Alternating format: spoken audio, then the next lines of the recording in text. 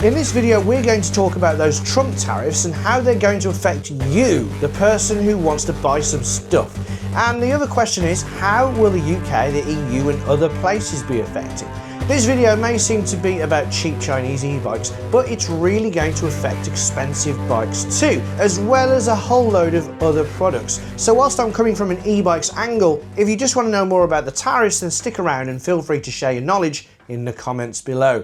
So before we get into it, just a little bit of background. What are the tariffs and what are they for? So the idea of tariffs of imported goods is to make them more expensive to the consumer, so they're more likely to choose homegrown goods. When goods are imported to the US from another country, so that country's export, the importer in the US has to pay extra. So let's say there's a 20% tariff and something costs $100. The importer will then have to pay $120 instead of $100. Who imports these goods? Well, it depends who needs them. In the case of e-bikes, resellers might import them, i.e. a bike shop that wants to stock Chinese models. The Chinese brands themselves import them so they can store bikes at their warehouses, so when a bike is ordered, it takes days instead of weeks to arrive. If you're buying direct from a Chinese brand with stock in China, then you are the importer and you'll have to pay. But remember, it's not just goods that are imported, it's also parts that make the goods. We'll talk more about that though shortly. So why is Trump imposing these new tariffs? He calls them reciprocal tariffs. Basically, reciprocal means if you do it to us, we'll do it to you. Kind of like kids on a playground or rival gangs. Trump said that these countries were imposing tariffs on the US that were much larger than the tariffs the US imposed on them. So Trump decided to increase the tariffs to make them more equal. Now you might be thinking, oh well, that's fair enough then. But the problem is the list held up by Mr. Orange isn't exactly accurate. The White House did some calculations based on currency manipulation, trade deficits and other factors that we don't know about, so we can't totally trust them as the numbers aren't transparent. So how long will they last? Are they here to stay or is it just temporary posturing? Hard to say. It depends if a deal can be sorted, but if a deal isn't sorted, then someone surely has to back down. The problem is, if homegrown goods become more in demand, they will get more expensive too, so they'll probably put the already high prices up. American brands are also going to suffer. Remember that we said that parts were imported. Well, American brands need parts imported from various countries hit with tariffs. Have you ever heard of Onitsuka Tiger? You might know them better as Asics. They're a Japanese shoe brand. Well, Trump would rather you choose the all-American brand from Beaverton, Oregon. You might know them better as Nike, or Nike if you're American. But have you noticed where they're usually made? This means Nike, an American brand, will have to import their own goods from these tariffed countries, so not only will demand push up prices, but the actual tariffs are going to push up prices on American goods. And this is the same for all those American bike manufacturers. Now, there are a handful of US bike brands that make every part of their bikes in the USA, but they will generally be way more expensive and probably won't make the thing that you want. In general, most American bike brands are going to have the same problem as Nike. You know Shimano, right? They make gears for nearly all the bikes in the world. Well, have a guess where they're made. Yep, you got it. China and other tariffed Asian countries. And it's not just Shimano stuff. Loads of components are made in China.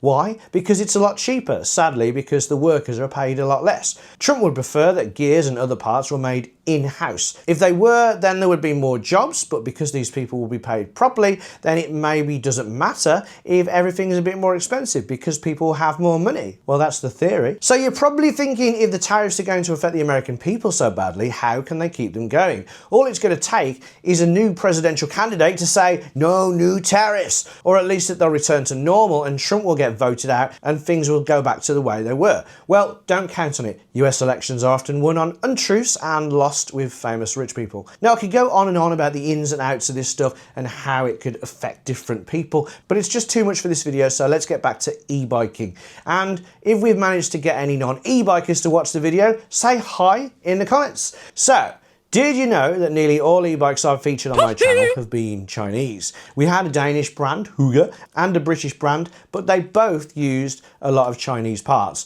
Now, these big Chinese brands like Pivi and Engwe and Fido, Lankalisi and all the others, they sell their bikes in the USA as well. As I record this, Trump has just increased the tariff on Chinese goods to 104%. That means Chinese e-bikes cost almost double what they should.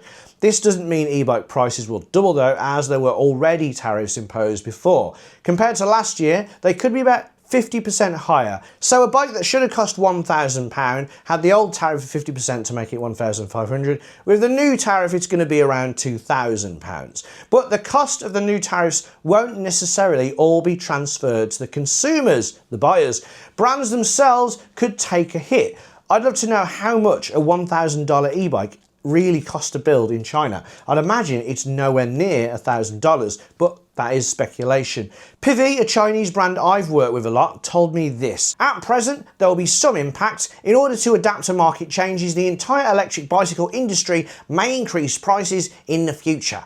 This tariff issue may cause supply chain disruptions, part shortages, and strategic repricing, which will set off unpredictable waves in the global market. We are also in a wait and see stage. I'd love to know which part of those e-bikes aren't fully made in China. Now, to those in the USA, maybe you've been looking for a new e-bike this year. Trump had already increased the tariffs by 20%. Did you notice how much prices went up, if at all? I didn't get many people on comments of my videos complaining of it. Maybe the brands just ate up the extra cost due to the 20% tariffs. But I doubt they'd be able to do the same with this extra 50%. I think going forward, if you're an American buyer, you'll notice American brands increasing their prices a little due to tariffs on imported parts. Chinese e-bikes could increase by 50%, but I very much doubt it, as the brands make such similar bikes that it's in their interest to be cheaper than the others. So you might end up with your own mini Chinese e-bike price war. The Pivi representative I spoke to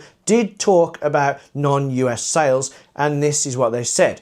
While paying attention to these changes, we remain cautiously optimistic about the prospects of maintaining small differences in prices in the EU APAC, that's Asia and Pacific, market before the third quarter of 2025. Of course, in theory, the tariffs imposed by the US should have zero effect on the prices we here in the UK pay. I mean, come on, have you noticed when you want to buy something, the price in dollars is exactly the same numerically as the price in pounds? However, the Pivi representative did say small differences. One way of offsetting the extra price in the US is to increase the prices a little everywhere else. Increase a little to save a lot. So where cheap Chinese e-bikes are concerned, those sold in the USA will most likely increase in price, but not quite in line with the tariff percentage increase. However, everywhere else might see a slight increase, but you might not even notice. You might just put it down to inflation. Having said that, I really don't think the 104% tariff on Chinese goods will remain in place.